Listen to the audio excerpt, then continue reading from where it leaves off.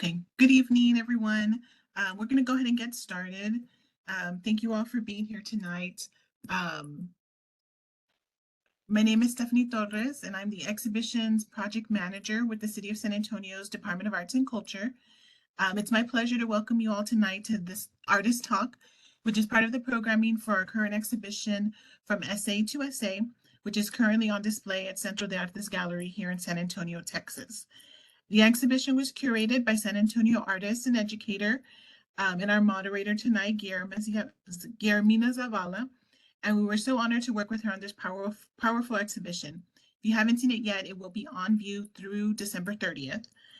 Centro de Artes Gallery is managed by the City of San Antonio's Department of Arts and Culture, and we are committed to sharing the Latino experience through art, history, and culture through exhibitions and programming here at Centro de Artes. Before we start, I just wanted to ask all attendees just to please mute yourselves. And if you have any questions, you can hold them to the end of the talk. We'll have a Q&A session once the panel discussion is done. If you do think of a question throughout the presentation, feel free to type it into the chat, which you should see at the bottom or the left or right-hand side of your screen. You can type in the questions there and we will ask those to the panelists and during the Q&A at the end. And then so just to give you a brief introduction, joining us tonight on the panel are three of the photographers who are featured in the exhibition. So we have Eliana Aponte, Ana Carolina Fernandes, and Mariana Greif. They will be in conversation with our moderator, the exhibition curator, Guillermina Zabala. Guillermina was born in Argentina and is an award-winning media artist, educator, and curator whose art examines the intersection between the individual and the environment. Her works have been exhibited nationally and internationally by museums, galleries, and film festivals, including the Magnet Art Museum, San Antonio Museum of Art, the Telluride Film Festival, and Showtime Latino Showcase. Her curatorial experience includes two of the New York Foundation for the Arts Immigrant Artists Mentoring Programs exhibition here at Centro de Artes, the Sound Gallery at UTSA Downtown, and the 2018 Luminaria Festival, among others. Her documentary, Las Artivistas, won the Premio Mezquite for Best Documentary Short at the 2022 Cine Festival, which is the nation's longest-running Latino festival.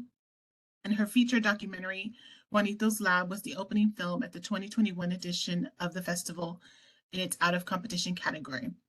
Guillermina is the professor of practice in the Film and Media Studies program at the University of Texas at San Antonio and was the director of the Media Arts program at CAC from 2005 to 2021.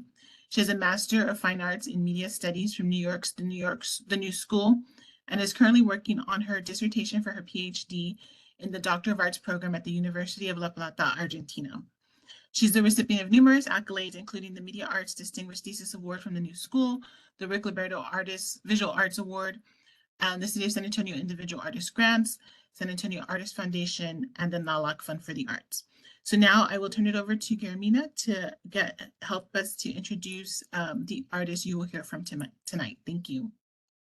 Thank you, and hello, everyone. Welcome. I'm honored to be here tonight with these amazing photographers, and I will moderate the conversation, but basically I'm also very excited to hear about their stories. First, we're going to start by introducing them, and then each of them will have time to talk about their artworks, the artworks that they have in the exhibit, and we have a slideshow where you could be looking at the photographs as the photographers talk about it, and then we're going to have some general questions and then open questions, Q&A from the audience.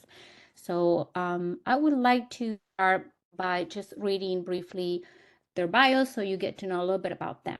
Eliana Aponte was staff Reuters photographer for 12 years, based in Israel and Palestinian territories, Mexico, Guatemala, and Colombia. She covered the Israeli-Palestinian conflict, the Lebanon-Israel War, the Iraq War, Colombian conflict, Haiti's 2004 political crisis, Haiti's 2010 earthquake, Central American migration through Mexico to the U.S., the Athens Olympic Games, and many sports events and top news around the region. In 2017, she was a speaker at Texas TEDx Bogota Mujeres in Colombia, and in 2016, she was a jury member of the World Press Photo in the Contest Journal News category. Originally from Colombia, today she lives in Havana, Cuba, and works as a freelancer with international outlets. Welcome, Eliana. Thank you so much for being here. Our next panelist is Ana Carolina Fernandes, who was born in Rio de Janeiro and studied photography at the School of Visual Arts at Parque Lag. She started working as a photojournalist at the age of 19 and was part of teams from newspapers in the country. For 10 years, she has been developing documentary work telling stories of the Brazilian people and their diverse cultures, always with the humanist eye focused on the environment and ecological issues. Exhibited in several places in Brazil and also in France and Italy, participated in collected books in Brazil and abroad. Won the Trophy Women Award in 2017 and the 9th Julia Margaret Cameron Award for Women in 2017 and the Magnet Award shortlisted in 2017. Welcome, Ana Carolina Fernandez. Thank you for being here. And last but not least, our third panelist is Mariana Greif, who is a Uruguayan documentary photographer, photojournalist, and photo editor based in Montevideo, Uruguay. She holds a BFA in photography from Ringling College of Art and Design and a certificate from the International Center of Photography. She also did a number of workshops at the Centro de Fotografía de Montevideo and Visual Stories and New Media certificate from Pedro Mayer Foundation from Mexico and World Press Photo. She has developed a passion for telling stories about migration, women resilience, access to housing, the relationship to the land and the environment. She currently works as a freelance photographer for international agencies and as a photo editor for the Amazonian medium Samauma. Welcome, Mariana. Thank you for being here. And so I think now we're going to be shifting to our slideshow, and we're going to start with Eliana Aponte. And I have some questions for your series, and then we can turn it more into a conversation. So once the slideshow is up, I'll start. Eliana Aponte has 4 different series who are part of the exhibit. The first 2 series are from Colombia. The series that you're looking at right now, it's part of a Latin American March for Education in 2011. And the next series is part of the Carnival of Barranquilla 2012. And the other 2 series that Eliana has in the show are from Cuba, that Eliana is going to talk about a little bit more today. The series that you're looking at right now is part of a series titled Survive. And Eliana, I have a couple of questions just to sort of start the conversation, and then obviously you can add more information about this series. I know this series was taken during COVID. My first question is if you can tell us a little bit about what were some of the precautions and limitations that you had as a photojournalist during COVID? Thank you, Guillermina. Right, and here in Cuba, it was really complicated to cover as a journalist. Everything we done was outside on the street. Nothing in the hospitals, nothing inside the houses, nothing because the government didn't allow us to take pictures inside the centers, medical centers or something like that. So we have to walk and try to take picture the people with the masks. And at the beginning, when it started the COVID here in Cuba, people were really afraid because they thought as a foreign people, we bring the virus. So to be close to them was hard because they just were afraid. So we were not like welcome at that point. But slowly, after almost 2 years, they used to see people with the camera. So slowly, we as a journalist, as a photojournalist here in Cuba, we try to do the best. It was really complicated, hard, it was not like in other countries where, like Mexico or I don't know, in other cities, the government let you get into the hospitals and to see how the people are sick or something like that. Here it was impossible, no way. So the only the only way to show how is the COVID here in Havana. Even we couldn't travel around the island. It was forbidden for us. So I just walk around and take pictures, very carefully and respectful with the people. If the people say no, I just put the camera down and that's it. Thank you. That gives a really good sort of inside information on how things were running during COVID. Now, there's one of the photographs there, because I saw you mentioned that most of the photographs needed to be taken outside, obviously for obvious reasons in terms of, the limitations with the virus. But I'm interested to learn a bit more about the photograph of the barbershop with all the different flags that he showcases. I don't know how much, do you know a bit more about this character? How were you able to take this photograph inside? Because I know I read that at that time, they only had like 2 customers, right, per time. So could you just tell us a little bit about that photograph?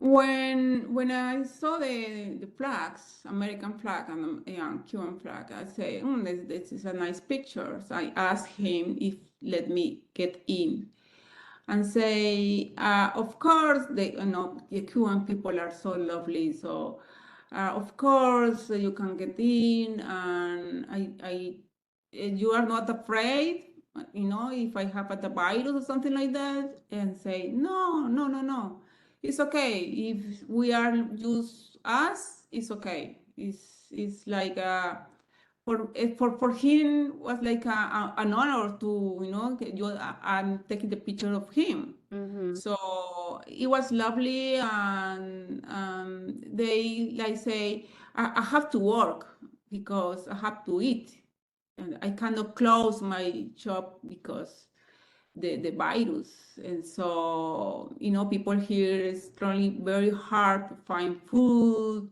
to get something to eat. So he decided I have to work, and people need me. I have to be open. So and he let me.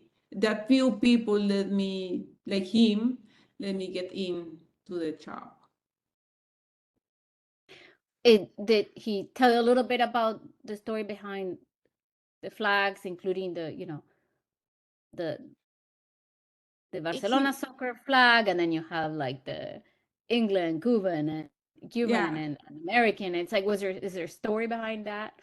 No, it's just he's following the soccer players of Barcelona, and then to have those kind of flags like American flag, UK flag, because before the COVID, many tourists used to come here. Mhm. No anymore.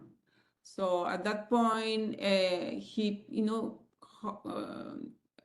hold those flags to represent all the tourists used to go there, like a decoration, let's say.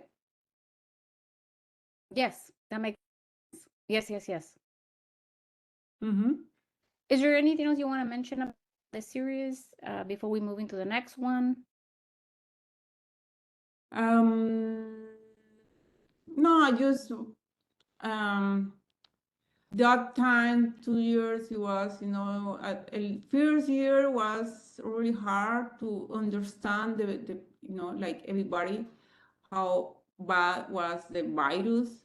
And Cuba the government, they did well, let's say, and then they produced their own vacuum, so it was good.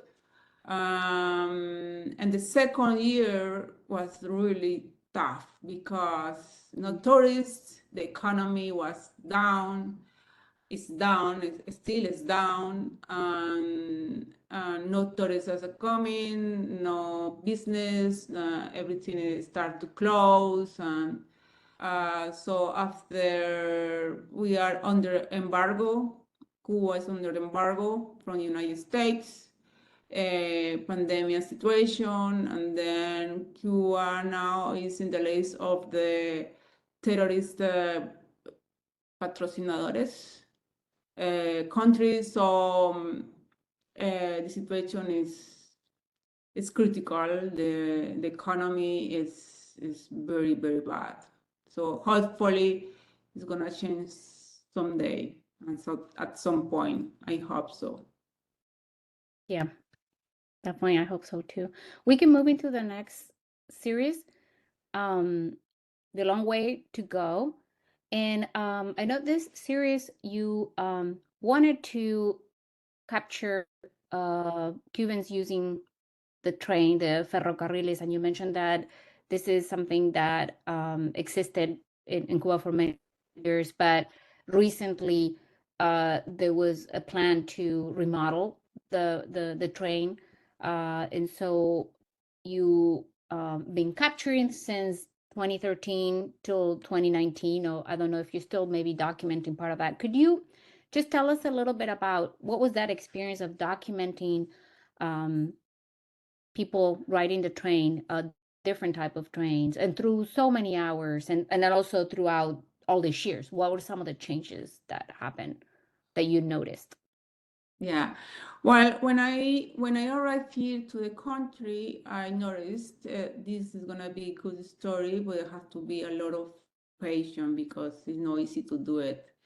And is for me was a way to show a different Cuba, because always when photographers arrive here, it's like looking for the old cars, Malecon, pretty girls, and something like that. So I decided, you know what, I have to be in the corner of the Cuba, the people, the go to the towns, small towns, speak with them, and the way to do it is by train, because the train is stop, it's really slow, and it's stopping in every town. So I say, you know what? Maybe that is a good chance to do it. I'm gonna spend a lot of time. I mean, it's gonna be a long project for me. So I started in 2013, and then I started a little bit because I have, work to do here. I have to a lot of work with Obama, when Obama and Raul Castro opened the new embassy. It was a huge story. And then Colombia peace process. So I was busy, and then I start again like after 2015 or 2016. So I decided to go first the towns around Havana. You can spend like the whole day waiting for a train, or maybe half an hour, you never know, because most of the train were broken, so it was tough. And then I went to the east. So it was the longest trip I made, like 24 hours by train.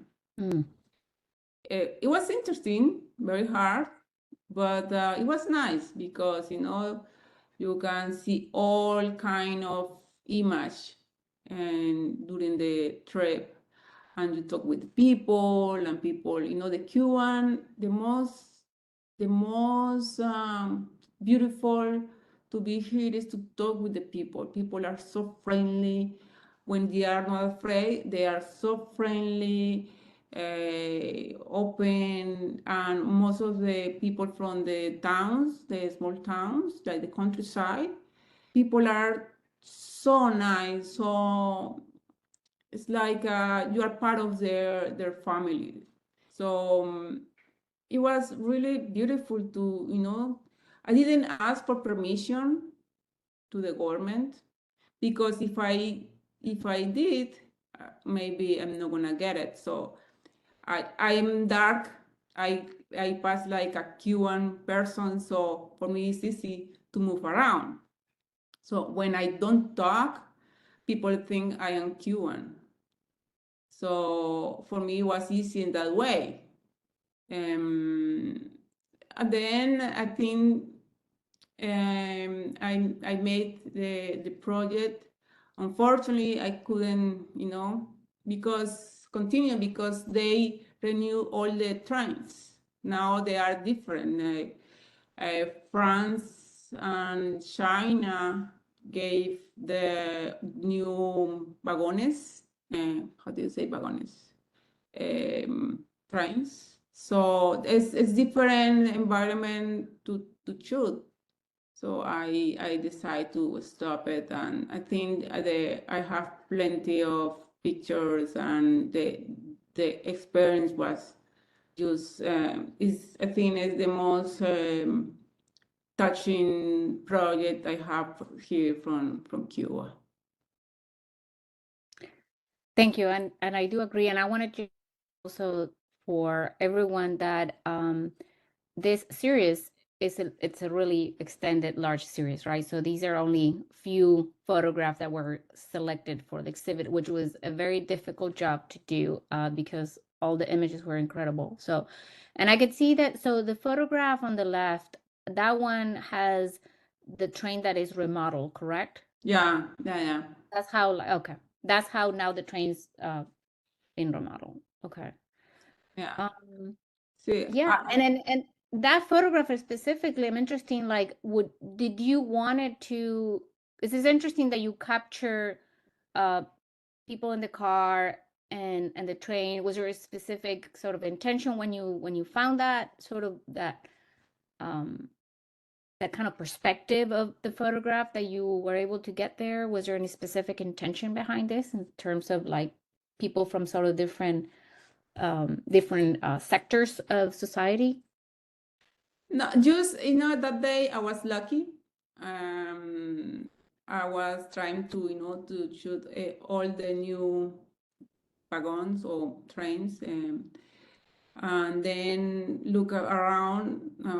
Suddenly this car took up, so I said, "Oh, nice," because the old one and the new one, and it's a perfect way to end my story. Mhm. So it was lucky day.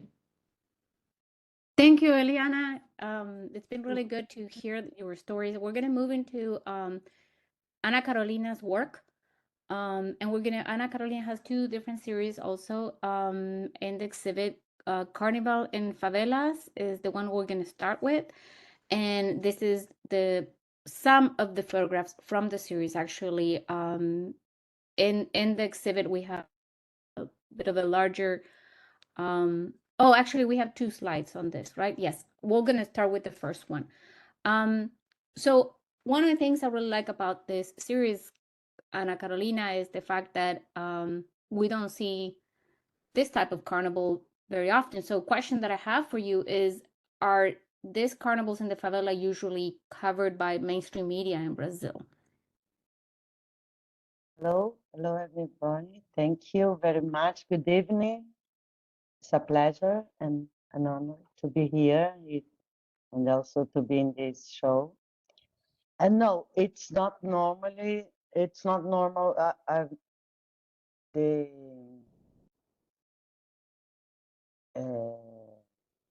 how would I say the media Covered. Mm-hmm. yeah, they don't go the newspapers. Sometimes I can meet some foreign photographer from or Brazilian photographer working for agents, international agents, but it's very difficult to see some colleagues from Brazil. Now these days and these years that I've been photographing Carnival in favelas, almost all the time I'm the only photographer around. Can you tell me, I mean, I think it's fascinating and it's really good that you're documenting this, and because not other people are doing it, and then that's important. Can you just tell us a little bit about what was your original intention? Why do you wanted to cover it, and some of the stories that you learned as you were covering? Because I could see, I mean, there's obviously tons of incredible stories behind these images.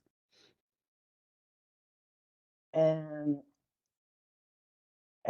the first square, the first row of these photographs are in Rocinha, the biggest favela in Brazil, here in Rio de Janeiro, one of the largest in South America and Latin America. Maybe the bigger one is the biggest one is in Venezuela, I think, but Rocinha, it's like 200,000 people living there. And this is a very nice carnival. And everybody could go because it's not inside the favela. It's like a main street. Uh, you can go, you can pass with car, bus, or minivans. That's a normal route. And this is a carnival where men dress like a woman, dress as a woman. It's very traditional in Brazil. Not anymore.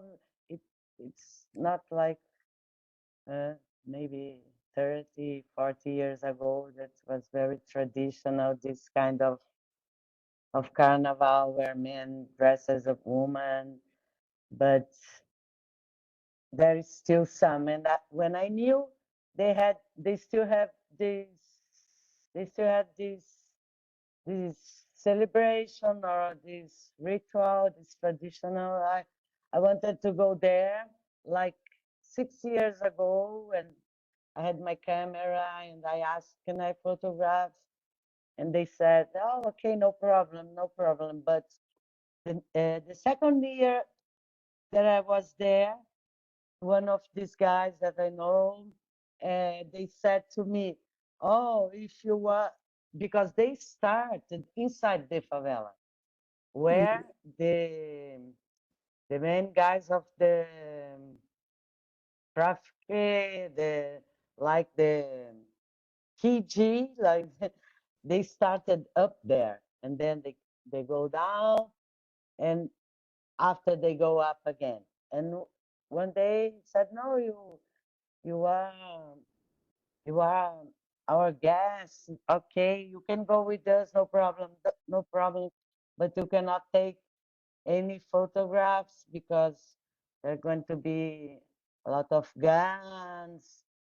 And there's another photograph in the other row that's there. There's a motorcycle with two guys, and the guy behind, it's carrying a gun machine. Yes, this one. Mm-hmm. And this was I had like 1 second to think, because this motorcycle entered my my picture. We can Frame. say that my print. Yes, yeah. That's, oh my God, am I going to photograph? So I could, and I Mm. had the other guy, the other photo. It's a very complex. How do we say? You were not allowed to take photo any of the guns. They told you right at the beginning. It's implicit that you shouldn't do that. Yeah, of course. I have one photo that I didn't send to you, but it's one guy posed to me. So I was there in the favela with these two where I took these two photographs. The boy with the candy, the cotton candy, and the other one. And earlier this day, I was talking with a friend of mine that lives there, the one that I made contacts some years ago too. And there was a guy, maybe he looked like a sniper because he had a very, very big, what's the name? Metralhadora. I think that snipers use. It's the shot machine, gun machine, no? And I asked if he could put a mask on and I could photograph him. But it was 2021. It was the pandemic time, so they didn't. There was only a small carnival, no fantasies or special made it for that year. So, but he said, okay, you can photograph from the back, and he was with this very, very big gun machine, and um it's a very interesting photo. Maybe next year, because it's I said it is complex because i- um, even if we go there and see a lot of guns, it's a familiar party and blocks, and so you can see a guy with gun machine, and 5 minutes later he's putting the thing in his daughter, making his hair, and it's not easy to understand. And I don't judge. I don't. This photograph, the first one on the left, the girl with this is a fantasy gun. Right, it's a made up, right. Yeah, it's made by wool and tape, gaffer tape, and it's a kind of photo that I never post on my social medias because um, um, people like to judge and say, and okay, she's joking in the carnival with this gun because it's the environment she lives all the year, but and it's a girl, and so I don't like this kind of discussion. People in social media are they have very straight judgments, and it's complex. So I don't like the other one with the guys in the motorcycle. Okay, because we don't see their face, and it's a strong photograph, and but I will. I had this time. Oh my God! Because I was photographing this boy that arrived. I was leaving the favela. I was leaving. This is like 2 o'clock in the morning. I was there since 5 o'clock, and I was leaving, and I saw this guy with this not common mask. It's a different mask. It's not like because they have something called bate-bola. I don't think I have photos here from the bate-bolas. That's like clowns. It's very, very traditional too. And it's traditional on the suburban stuff, and it's easier to find more photographers there. But even so, not too much. Thank you.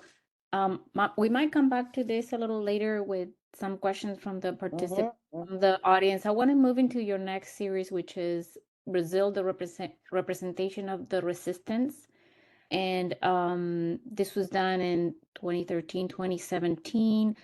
I would like a sort of well, the first question I think would be important for, so if you could give us social political context, this series. Yes. 2013, there was an increased fees of the public transportations, like bus, like some cents, but it started in São Paulo. People went to the streets to manifestate against this raise increase, and we had and then there was 2013. We had a very bad government, not federal government, but the majors, the governors, the state governors, and World Cup in 2014 and Olympic Games in 2016. And a lot of people didn't want that because it was an enormous amount of money, and Brazil has serious problems, huge problems in education, health, and violence, security. So the first one was, and the second one, it was 2013. It was against there's a bus there on fire. The other bus on fire, it was on the right side. It was, this photo was taken in 2017. That was a general strike. And but the others are,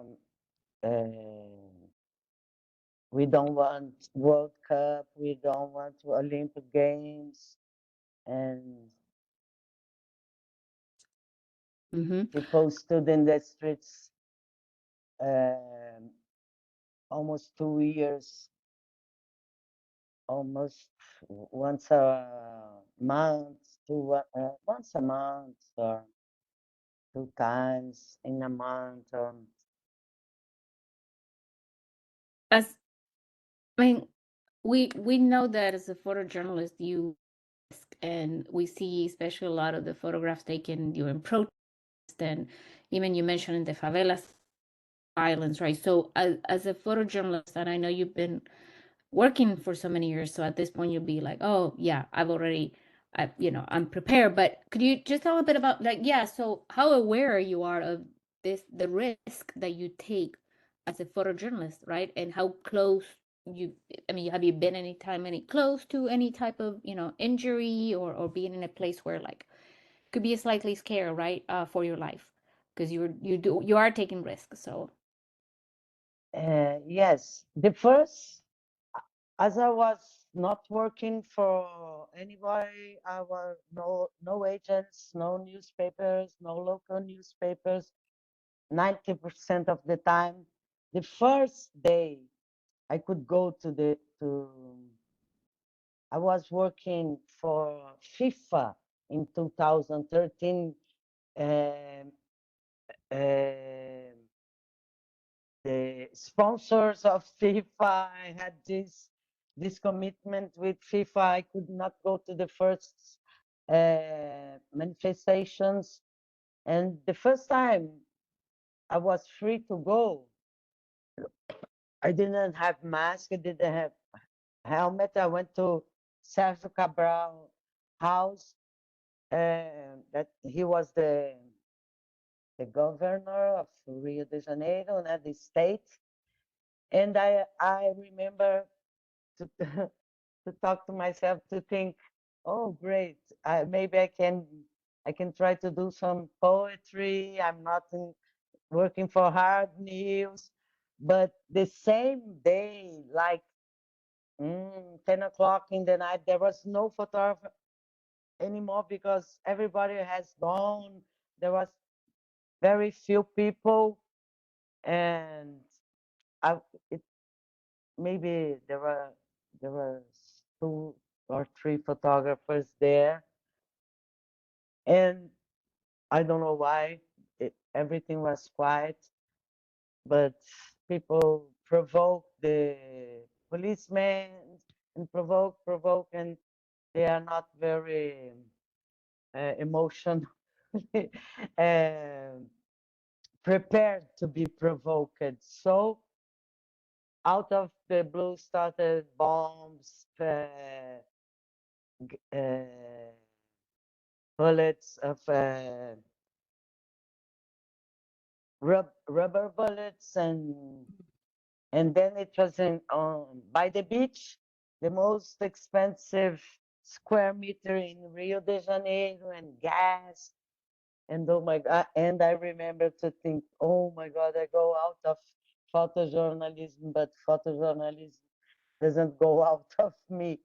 The next day, I went to buy helmets and gas mask and everything. I never used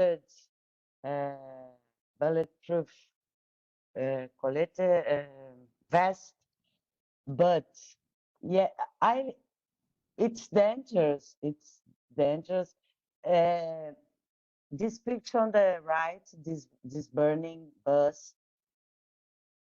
it was very tough day because it was in the center downtown Rio, a square that's traditional for manifestations since military dictator, and the police circled, como é que fala? Cercou all the square and bombs coming even from a helicopter, and I was leaving. I was leaving the square. I said, no, that's enough. A lot of bombs, very dangerous. And when I was, and the metro is closed, no bus, no way to get out. So I was walking, and I encountered this bus.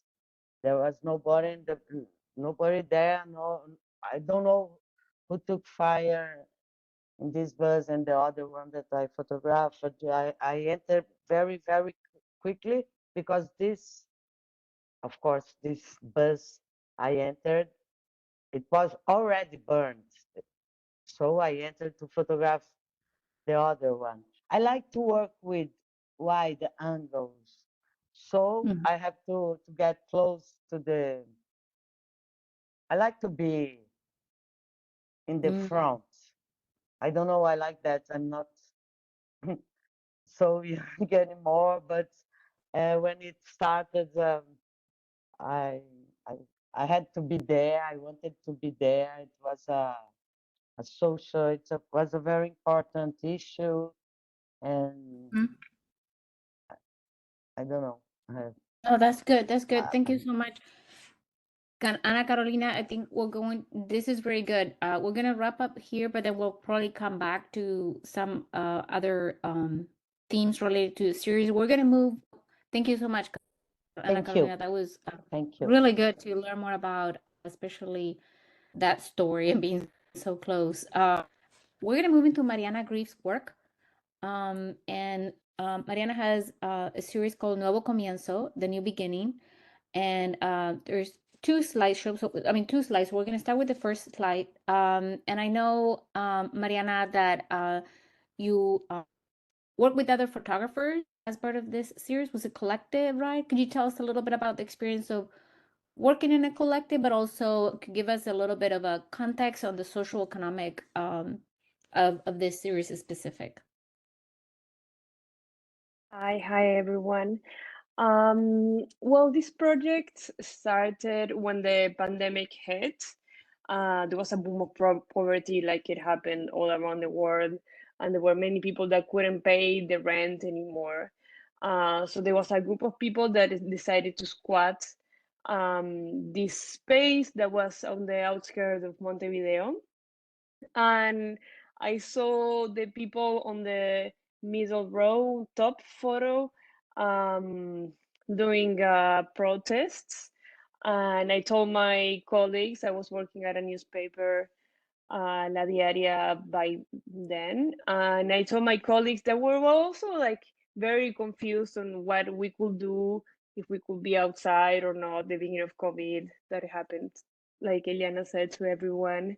Um, and it was a very difficult time to work, and we decided to start this story together.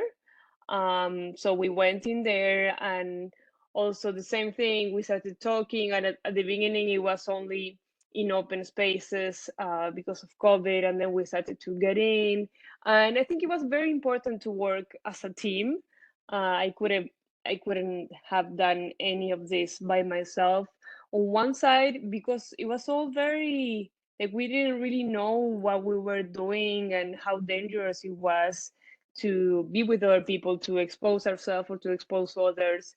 So I think having a team of other photographers to talk about how we do things and what we do and what's the best way to do it, it was very, very important and essential.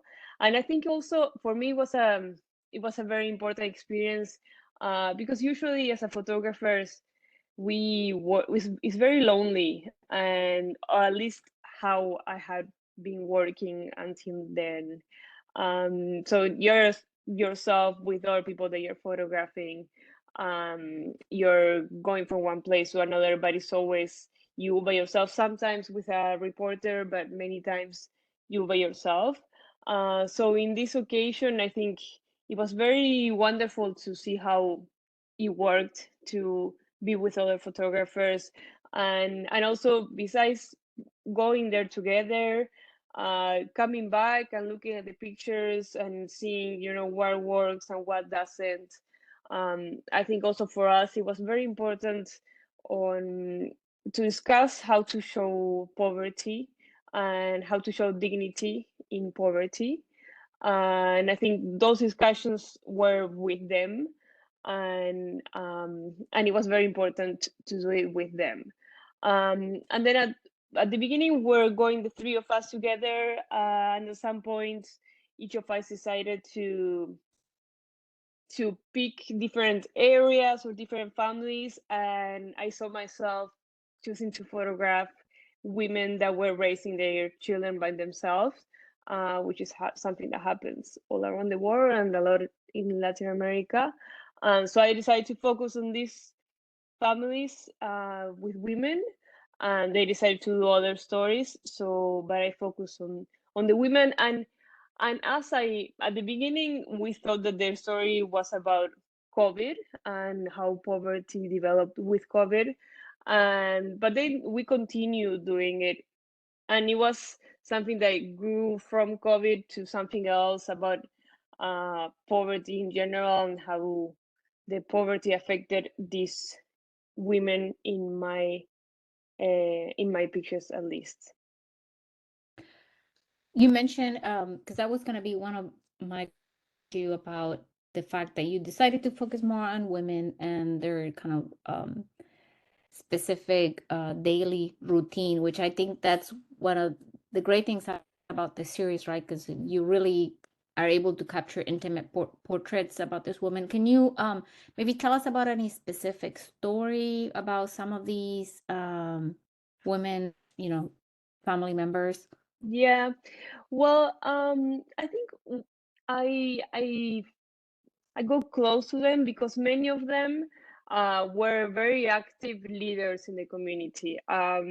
Especially at the beginning with the COVID, they didn't have enough money to get food, so they united themselves and started to cook together to make soup kitchens. And they were the women that were the head of those projects. So I started to get close to them.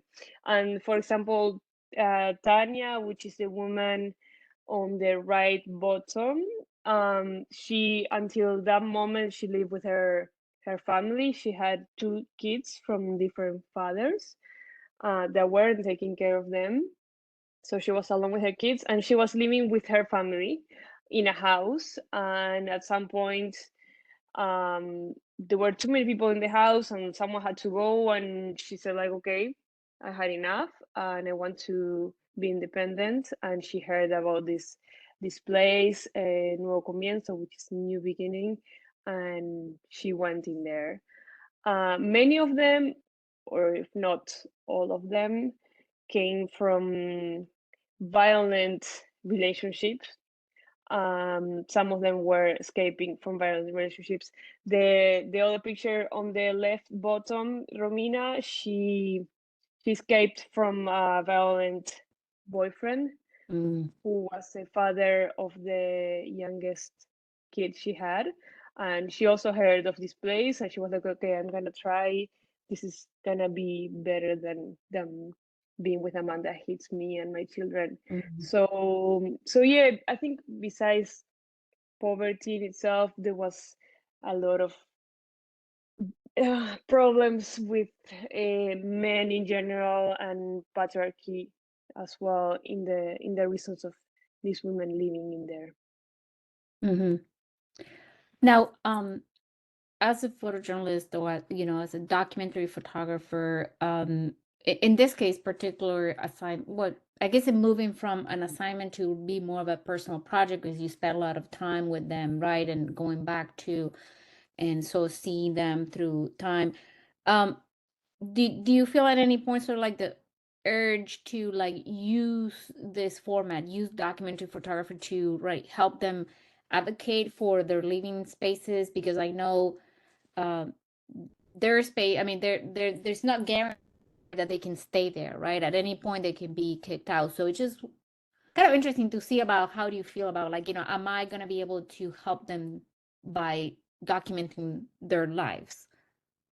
Yeah, for sure. I think that was one of the main goals when we started the project. And I think besides that, which was very important, but also, how the stereotype, how people from the outside saw them. And there was this stereotype that these people like don't want to work, and they're lazy, and that they live their life with dignity, and they don't deserve to have dignified housing. And I think when I started to get them to know them better, and see how they took care of everything that they could. For example, like in the picture on the right top, it was a birthday, and how they took care of it, and how they put so much love in it. And I think those little things, for me, was very important to show, like, these people are putting all their energy and all their resources to give their children the best life they could have. But even though they don't have dignified housing, and yeah, kind of show that there are people like you and me and everyone that take care of the children the best way they can. And I think also, like, make the viewer see themselves in how these women take care of their children. And yeah, for sure, if we could stop the eviction, for sure, it's something that Mm. you something that we look for. But besides that, I think showing the dignity and the love that these women put into the lives of their children was one of my specific main goal. And I think also, as I got to know them, I'm still going and photographing them, And yeah, like how the structural poverty is. Like they try so hard, they get one job, and then they get kicked out, then they get into another violent relationship again, and how this circle of poverty and how it's very, very hard for them and for everyone to get out of those circle of poverty, and how it's also generational. Like it's very probable that their children are also gonna be in that poverty, and which is very heartbreaking and hard to deal with. But yeah.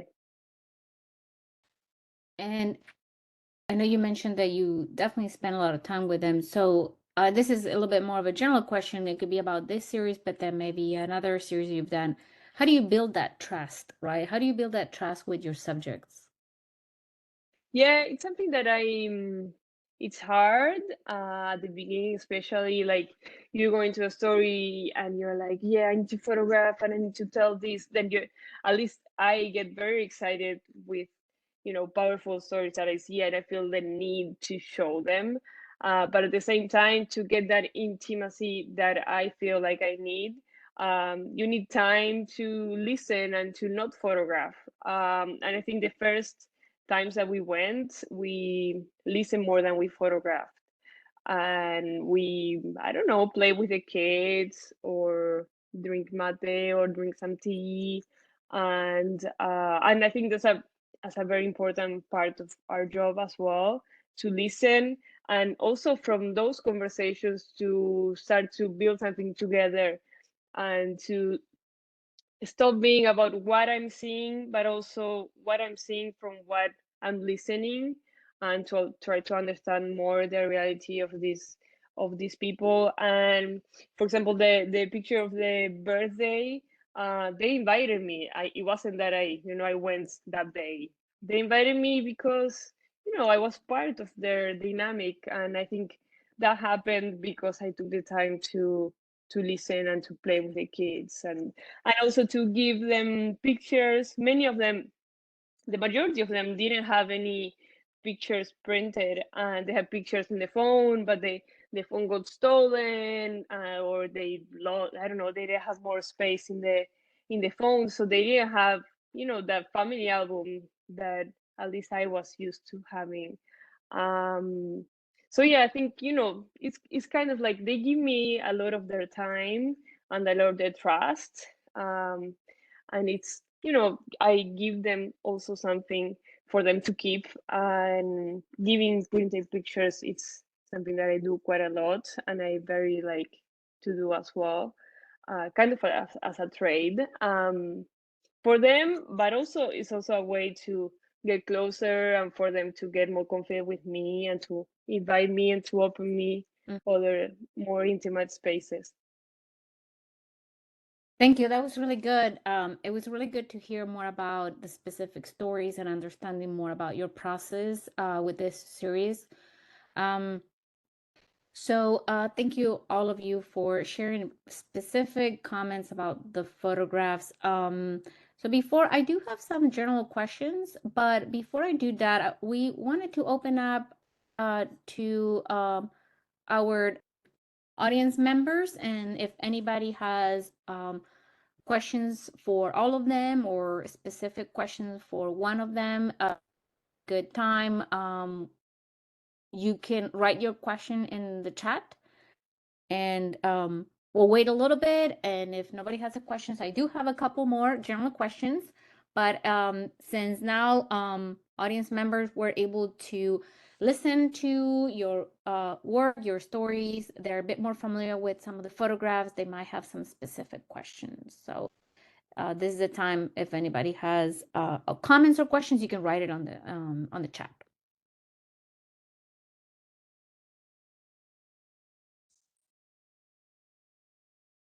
So, oh yeah, do you want to go ahead, Andrew? I have a question for Anna. You mentioned using wide angle lens. How wide? This is from Ray. How wide is the lens that you use when you I guess your approach in taking photos? Oh, we can hear you. You might be. Oh, you're muted. Yeah. I'm sorry, I was muted. I like very much, thank you for the question. I like very much to work with the 35 millimeters. Can you hear me? Yes. Thank Okay. you. I appreciate it. Yes.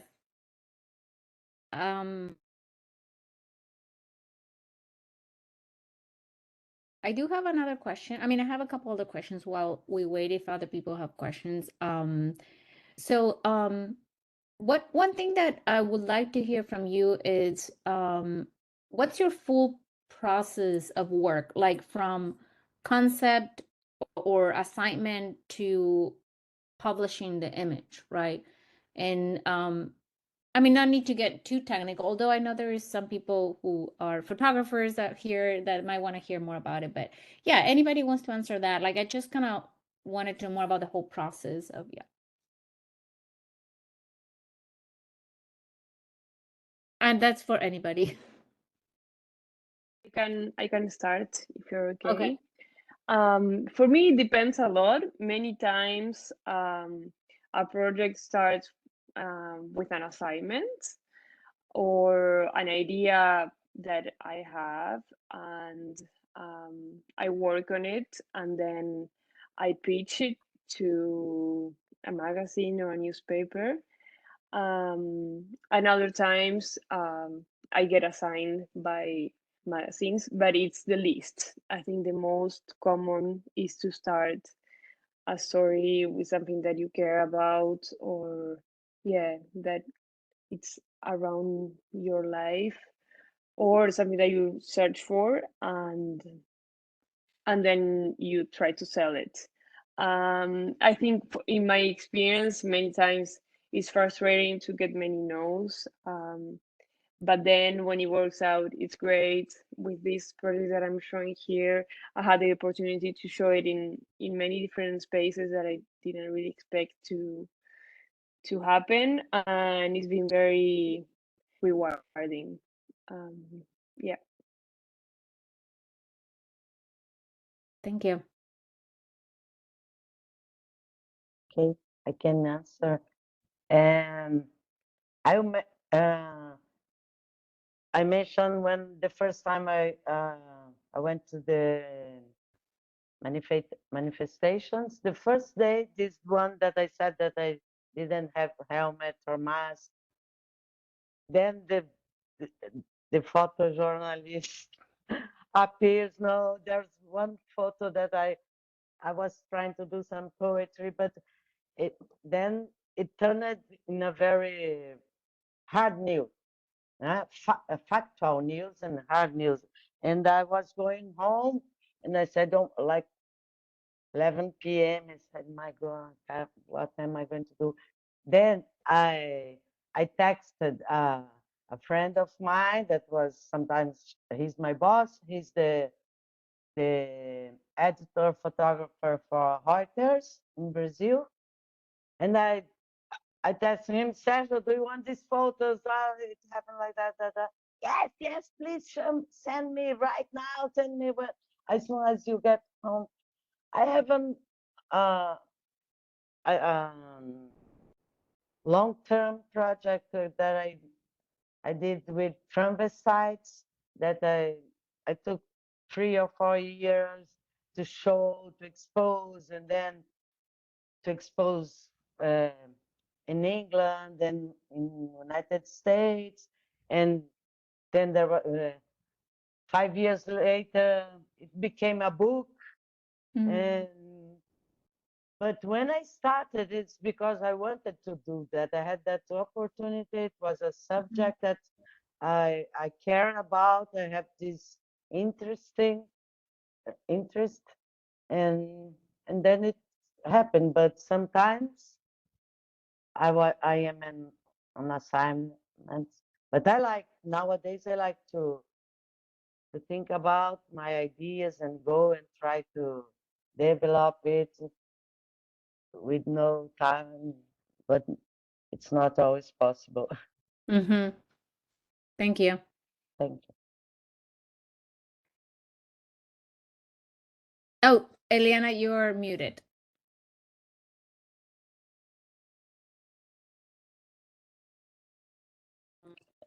Sorry. Oh, no, you're good. For me, it's like when I am on assignment, it's just an assignment, you know, it's a newspaper or magazine, just send me an email, you're able to do this, to do that, and I do it. But this is one part. But another, I try to do my own projects. The project of the train, for example, I start by myself. Nobody told me do the story. Just, you know, for me was like, interesting to do this. It started slowly, and suddenly National Geographic reached me and said, would you like to publish this story or magazine? It's like, what? I didn't know. So it's when it's personal projects is nice because you have the time and you have the plenty time to do it the way you really like to do it, and you take the whole experience time, and it's not rushed to when I used to work for agencies, so most of the time you rush all the time, shoot here to there, run, send as quickly as possible. When you have your own project, you have plenty time to do it. That is the most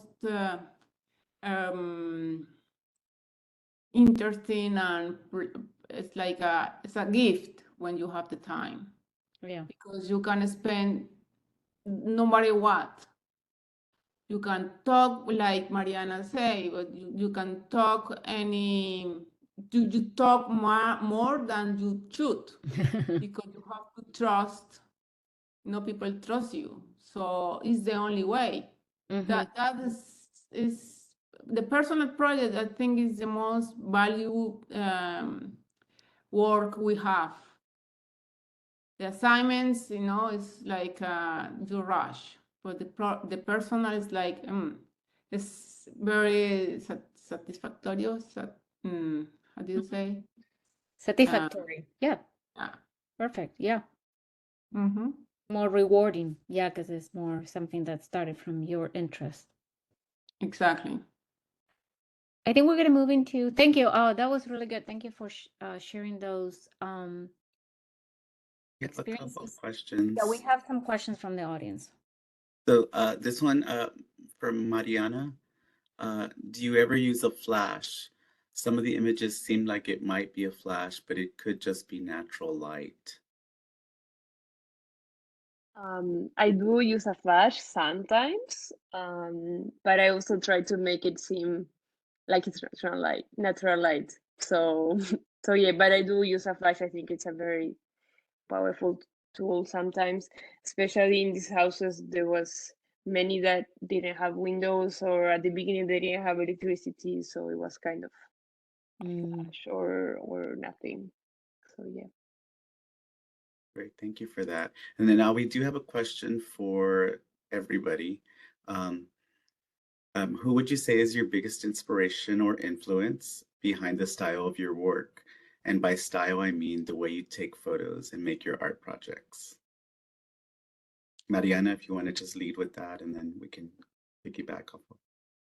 Okay, it's very hard because I think I have many. I'm always looking for pictures and what other photographers are doing.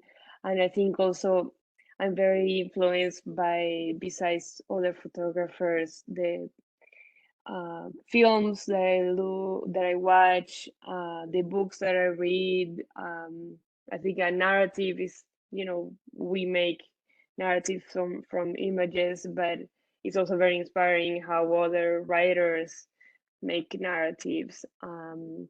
But thinking of photographers, I very much like to shoot in color and how colors make us feel and how to compose with colors.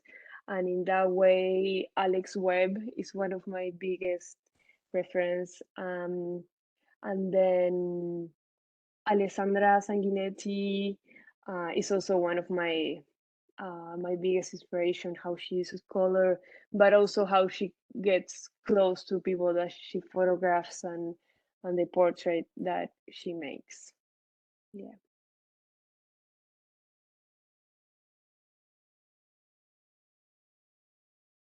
For Eliana and Ana Carolina, do you guys want to answer that question about your influences?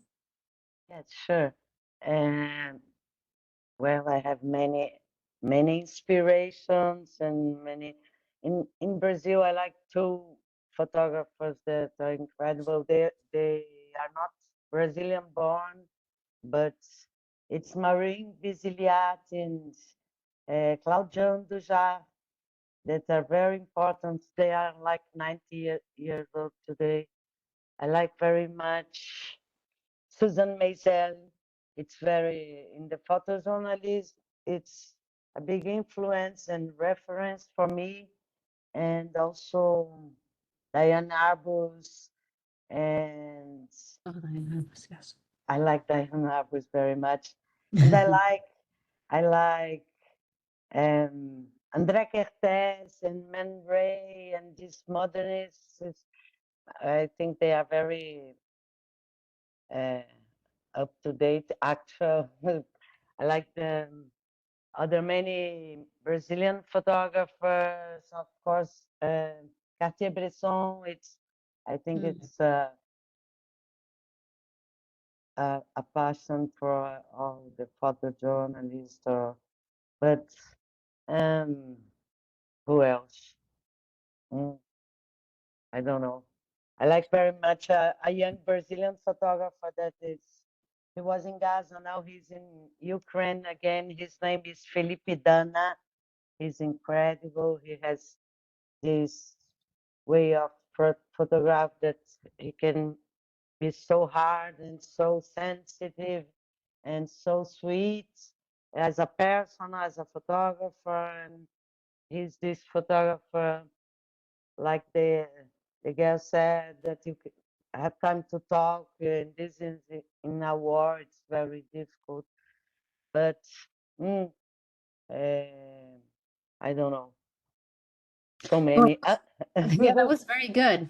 I'm Thank gonna you. have to ask you to give me some of those things. I didn't get to write all of them.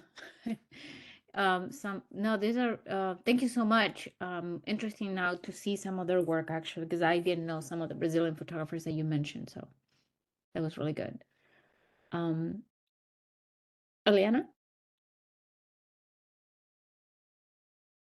Oh, you're muted.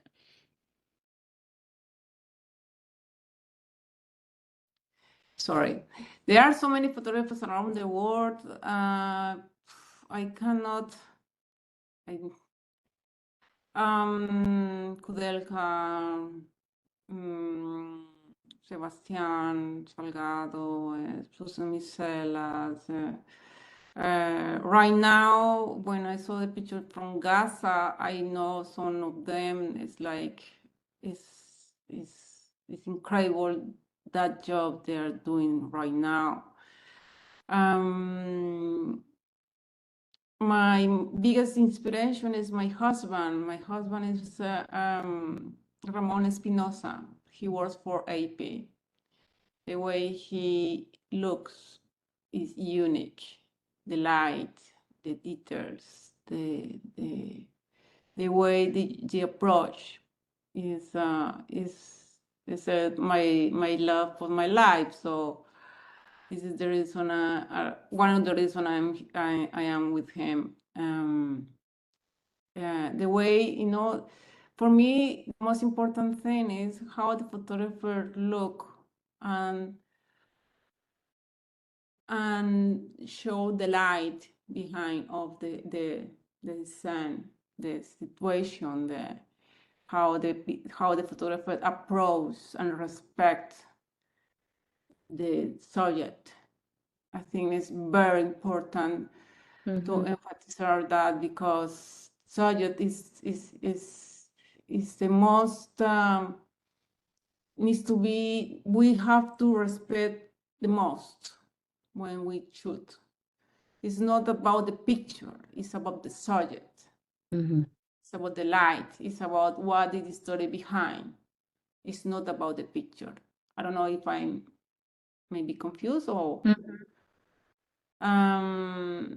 so when I do my my speaker in universities or something like that, I always try to explain to the people, please, when you shoot, respect what you are shooting, the story behind, the suffer, it's not about to show how poor is the person, is to show how dignity he has. So yeah, it's every day you learn something new. You never stop. Always you're gonna learn something. That's it. I think this is the most important. Is the most important thing to have in mind. Always you have to learn. You never stop. Thank you. No, yes, that is true, and I think that works for pretty much any artistic field. And I think since you mentioned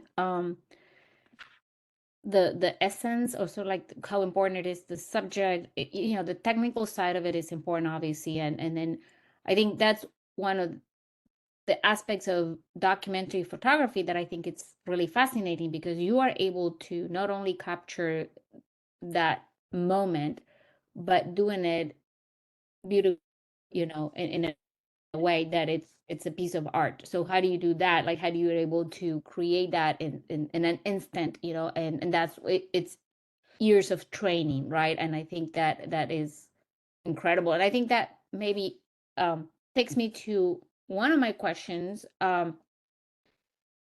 So do you feel like when you're taking photographs, when you're working and you're capturing a lot of the different moments that you're capturing, are you do you feel like you are a sort of a vehicle of capturing the truth of your realities? Do you feel that your images are as truthful as possible of the reality that you live in? Yes, Mariana. Oh, we can't hear you. You're muted.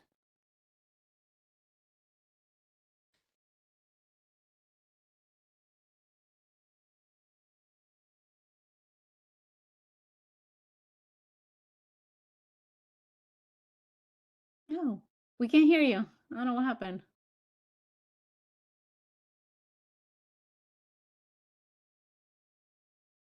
We can.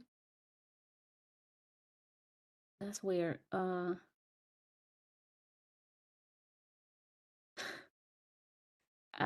don't know. I see that you are unmuted here, but we can't hear you.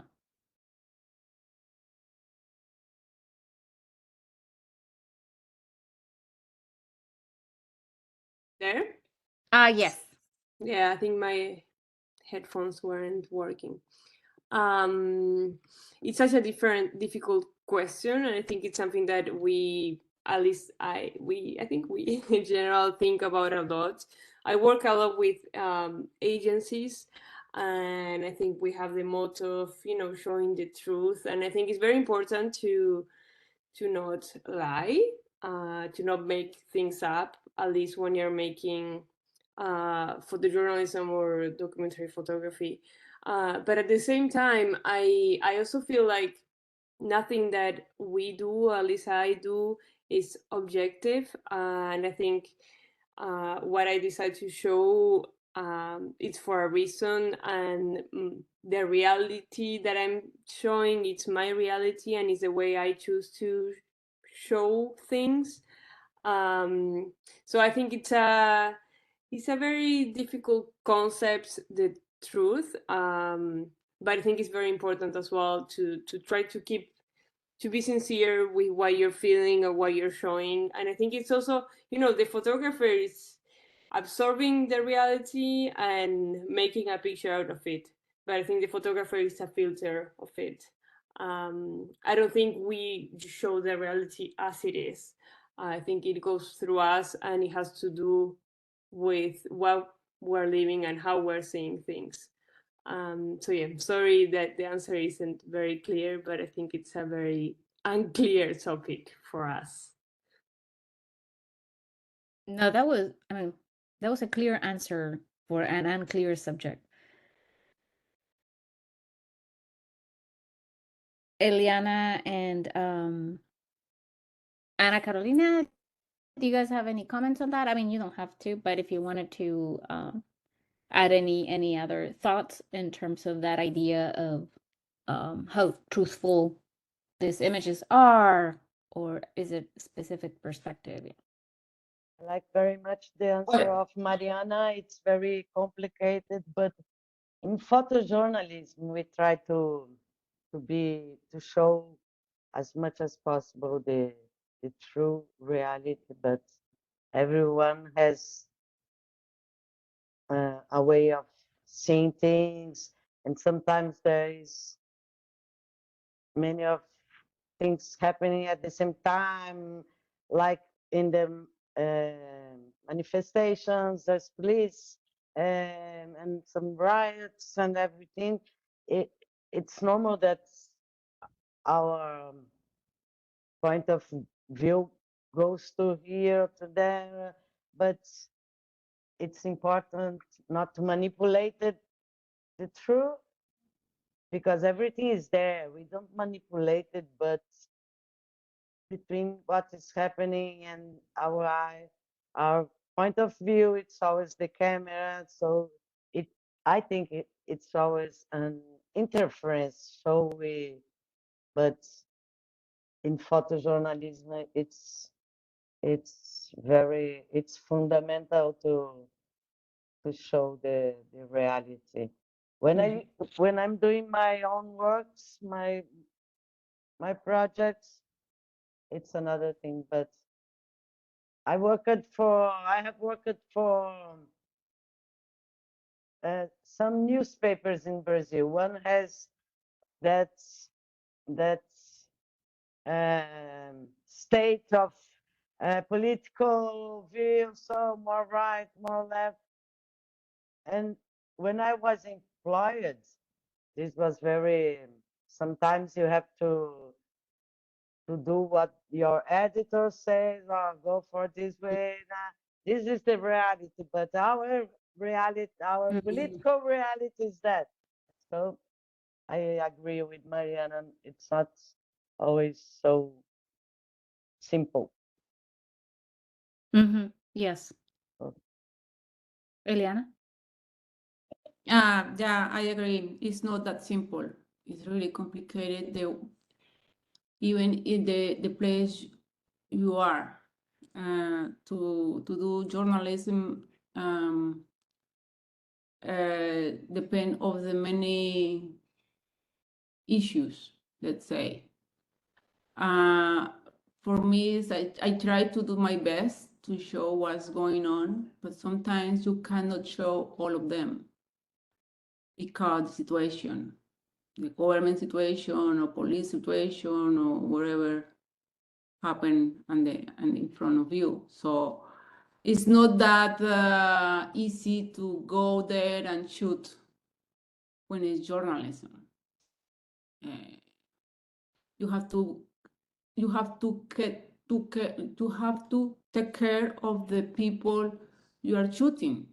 So many times I just stop shooting because if I send that picture, that person is gonna have a problem in the future. That happened a lot here in Cuba. I wish to send all of them, but I cannot. I'm not gonna do it because if I do, next day they're gonna, go to the door and say, "Why you let her to take the picture?" It's not that simple. It's complicated. Journalism, unfortunately, is is when you work for a long time, you know, it's like you choose. You have to choose. Sometimes I prefer put my camera down before to put someone in risk. That is the you know, the reality sometimes. Yes. So, but I just can say if you should do it the properly way with ethics.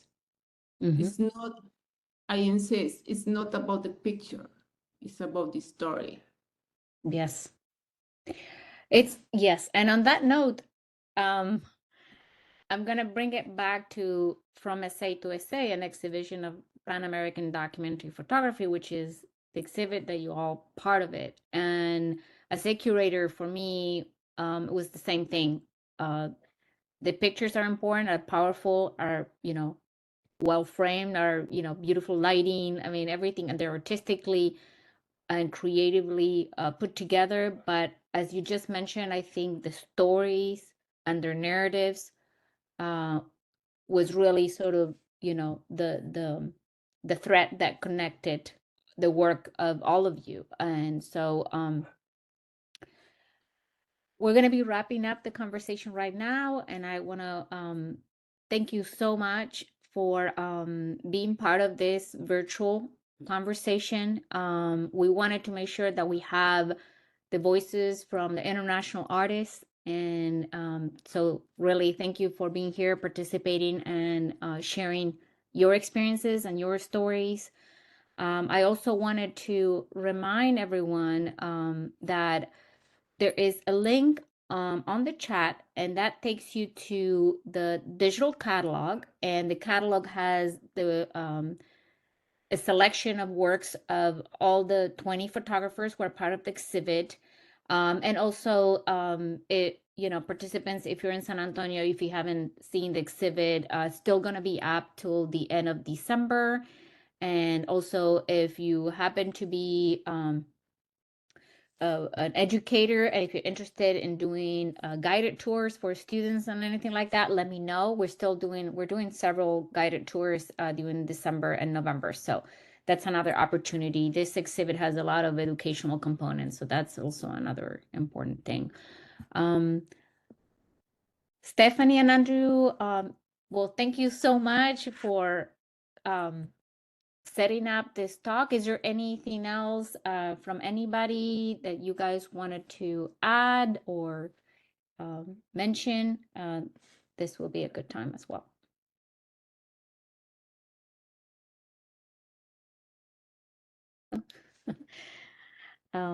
Thank you everybody for coming. Thank you to the panelists and Guillermina for moderating this conversation. So insightful, and like you said, it's great to hear from the artists who outside of the United States and who in San Antonio who, you know, couldn't necessarily make it to the gallery, but we're glad that you could be here and talk with us and share more about your work. Thank you all. Thank you very much. Thank you. Thank you very much. Thank Yeah. you, Andrew. Thank you, Stephanie. Thank you very much. Eliana, Guillermina, Yes. Mariana. Thank you. Guillermina, where did you say we can go to the catalog? Oh yeah. The digital catalog is I can send it via email as well, but the link is right there on the chat. On the chat box, yeah, on It's on the chat box, but Ana Really? Carolina, I can send it to you via email as Okay. well. Yeah. Thank you Yeah. very much. And also this conversation was recorded, so it'll be available as well. If you had people that didn't make it, we can share that as well. Thank Thank you. you. Thank you. Thank Thank you. you very Really. much. Thank you very much. It was a Thank pleasure. you. Thank you. Bye everyone. Bye. Thank you for all the attendees as well. Thank you.